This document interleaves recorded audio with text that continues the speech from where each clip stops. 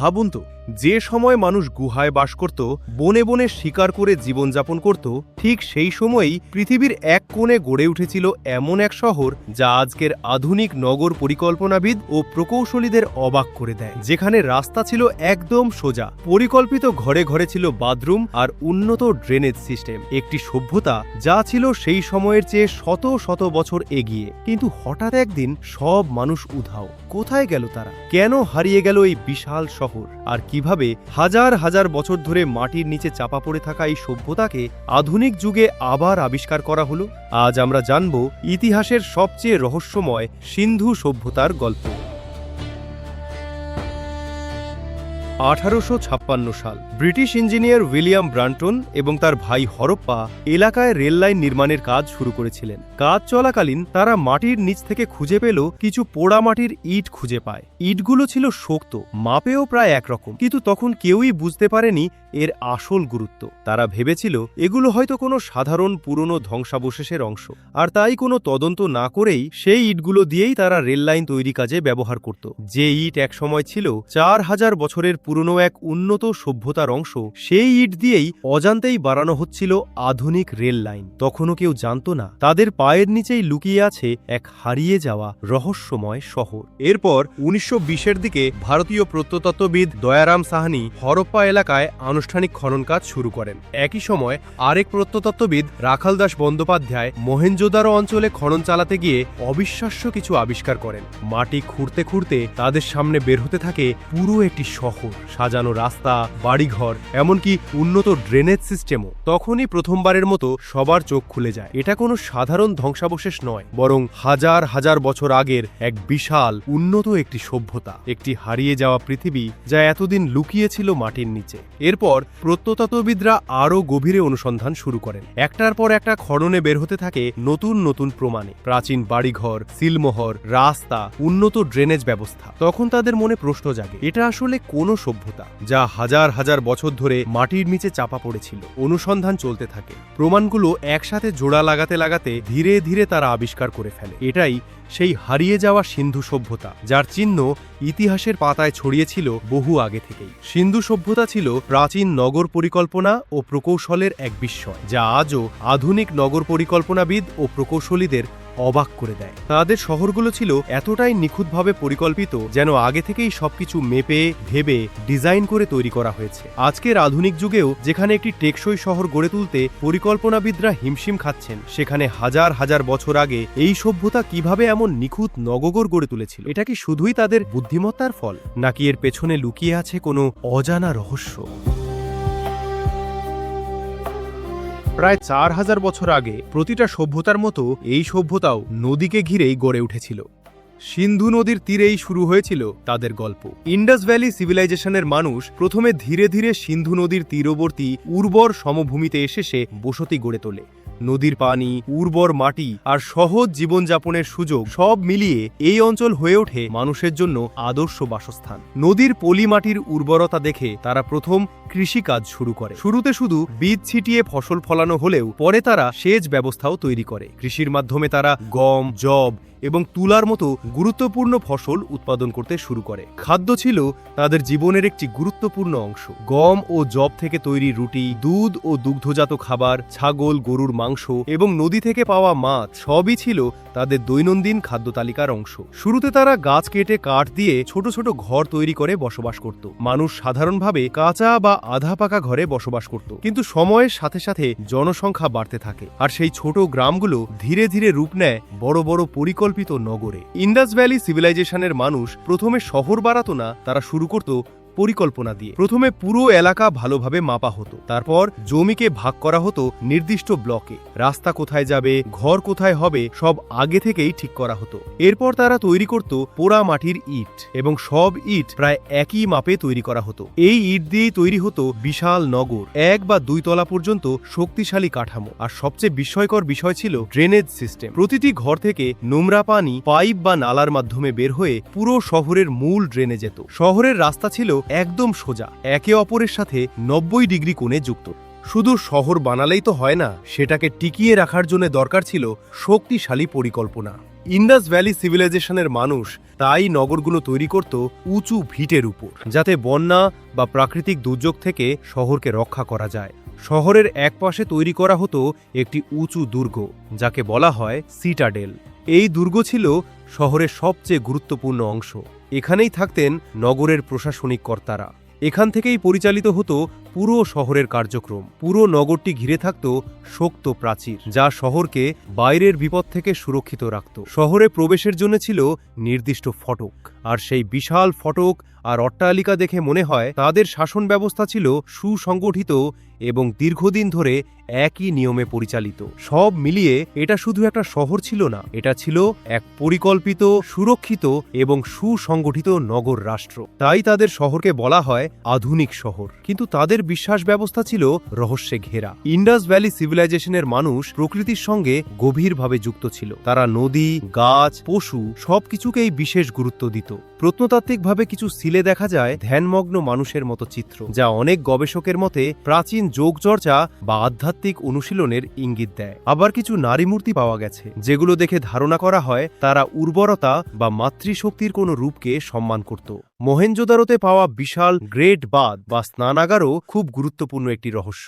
এটি কি শুধু স্নানাগার ছিল, নাকি কোনো ধর্মীয় পবিত্র আচার পালনের স্থান, তা আজও নিশ্চিত নয়। সবচেয়ে বড় রহস্য হলো তাদের কোনো স্পষ্ট মন্দির নেই, ধর্মগ্রন্থ নেই, এমনকি তাদের ভাষাও এখনো পুরোপুরি পড়া যায়নি। তাইতে সিন্ধু সভ্যতার ধর্ম ও বিশ্বাস আজও ইতিহাসের এক অমীমাংসিত ধাঁধা, যার উত্তর হয়তো এখনো মাটির নিচেই লুকিয়ে আছে। একটি সভ্যতাকে চিনতে হলে তার সংস্কৃতি আর মানুষের জীবনধারার দিকে তাকাতে হয়। আর ইন্ডাস ভ্যালি সিভিলাইজেশনের মানুষ এই দিক থেকেও ছিল অবিশ্বাস্যভাবে উন্নত। তাদের সংস্কৃতি ছিল পরিপাটি, শান্তিপূর্ণ এবং সুসংগঠিত। তারা পরিষ্কার পরিচ্ছন্ন থাকতে পছন্দ করত।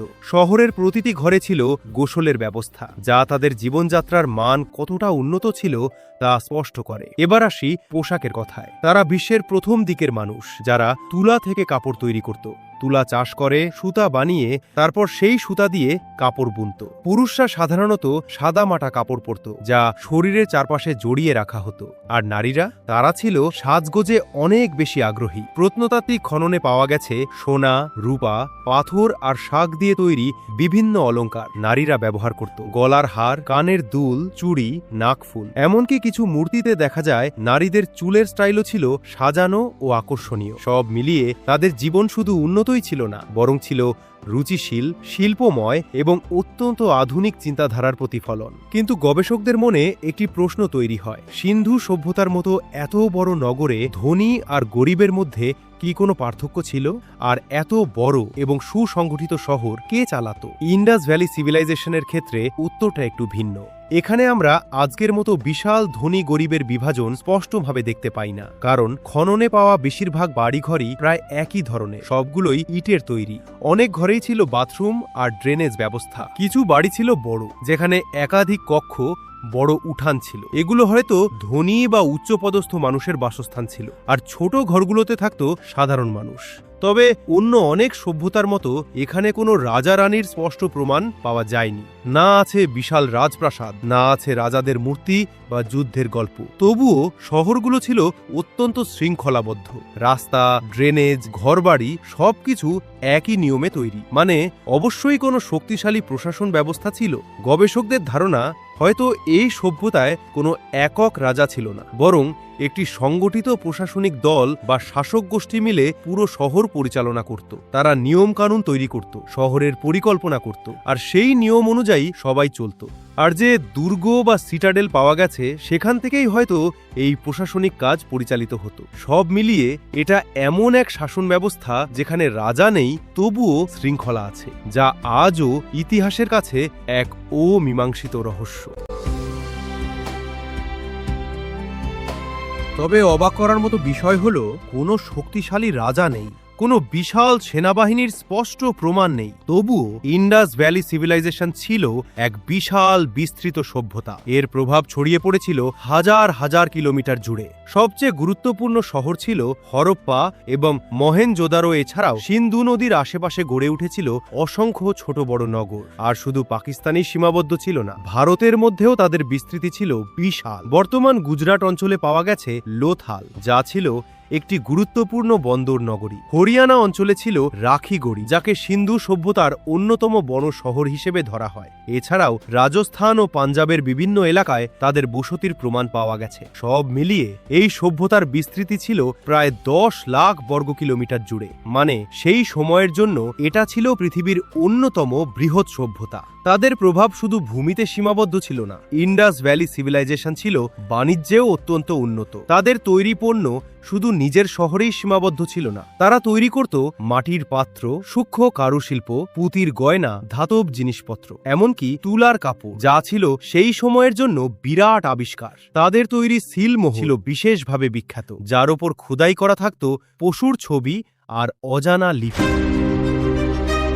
এইসব পণ্য তারা রপ্তানি করত দূরের সভ্যতা, বিশেষ করে মেসোপটেমিয়ান সিভিলাইজেশনের সাথে তাদের বাণিজ্য ছিল খুবই শক্তিশালী। নদীপথ আর সমুদ্রপথ ব্যবহার করে তারা পণ্য আদান প্রদান করত। লোথাল বন্দর ছিল তাদের বাণিজ্যের একটি বড় কেন্দ্র। কিন্তু সবচেয়ে অবাক করা বিষয় হলো, তারা আজকের মতো মুদ্রা ব্যবহার করত না। তাহলে কিভাবে লেনদেন হতো? তারা ব্যবহার করত ওজন ও পরিমাপের নির্দিষ্ট পদ্ধতি এবং সিলমোহর, যা ছিল এক ধরনের পরিচয় বা অনুমোদনের চিহ্ন। মানে পণ্য বিনিময় আর নির্দিষ্ট মাপের ভিত্তিতেই চলত তাদের অর্থনীতি। সব মিলিয়ে সিন্ধু সভ্যতা শুধু উন্নত শহরই তৈরি করেনি, তারা গড়ে তুলেছিল একটি শক্তিশালী আন্তর্জাতিক বাণিজ্য নেটওয়ার্ক।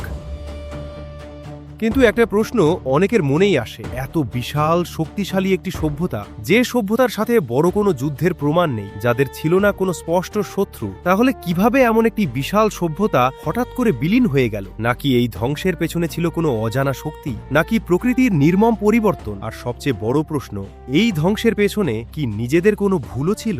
গল্পের শুরুতেই বলেছিলাম, ইন্ডাস ভ্যালি সিভিলাইজেশন নগর আর অট্টালিকা তৈরি করতে প্রচুর বন জঙ্গল উজাড় করত। তাদের শহর তৈরি করতে, ইট পোড়াতে, জ্বালানি হিসেবে তাদের প্রচুর কাঠের প্রয়োজন হতো। ফলে সিন্ধু নদীর তীর ও আশেপাশের বন জঙ্গল ধীরে ধীরে কমে যেতে থাকে। আর যখন বন কমে যায়, বৃষ্টিপাতও কমে যেতে পারে, মাটির আর্দ্রতা শুকিয়ে যায়, যার ফলে কৃষি ব্যবস্থা মারাত্মকভাবে ক্ষতিগ্রস্ত হয়। আর যখন কৃষি ভেঙে পড়ে, তখন পুরো সভ্যতাই ধীরে ধীরে দুর্বল হয়ে যায়। জলবায়ু পরিবর্তন, নদীর গতিপথ বদল, এসবের সাথে মানুষের পরিবেশের ওপর প্রভাব মিলেই হয়তো তৈরি করেছিল এক ভয়াবহ পরিস্থিতি, যার সামনে টিকতে পারেনি এই বিশাল সভ্যতা।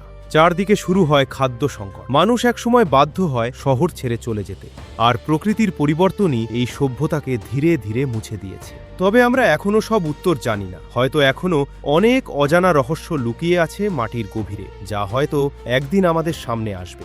তবে একটা কথা পরিষ্কার, এই সভ্যতা ধ্বংসের পিছনে এই একমাত্র কারণ ছিল না। অনেক গবেষকের মতে পরিবেশগত পরিবর্তন, ভয়াবহ খরা, নদীর গতিপথ পরিবর্তন এবং দীর্ঘ সময় পর কিছু অঞ্চলে ভূমিকম্পের প্রভাব, সব মিলেই এই নগরগুলো ধীরে ধীরে বসবাসের অযোগ্য হয়ে পড়ে। ফলে একটি সময়ের পর পুরো সভ্যতা ধীরে ধীরে বিলীন হতে থাকে, মাটির নিচে চাপা পড়ে যায় অসংখ্য শহর।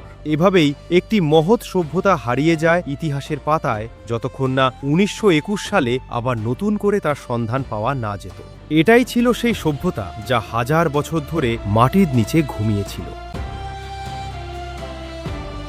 তবে ইতিহাসে এমন আরও অনেক রহস্যময় সভ্যতা আছে, যেগুলো কেউ হারিয়ে ফেলেছে, কেউ আবার খুঁজে পেয়েছে অনেক পরে। এর মধ্যে একটি সভ্যতা এমনও আছে যা পুরো পৃথিবী থেকে বিচ্ছিন্ন একটি জঙ্গলের ভেতর হারিয়ে গিয়েছিল। আপনি যদি সেই সভ্যতার গল্প জানতে চান, তাহলে আমাদের কমেন্টে জানান। আজকের এই সিন্ধু সভ্যতার এই ইতিহাস কেমন লাগলো অবশ্যই কমেন্ট করে জানাবেন। আজ এ পর্যন্তই, ভালো থাকবেন সবাই।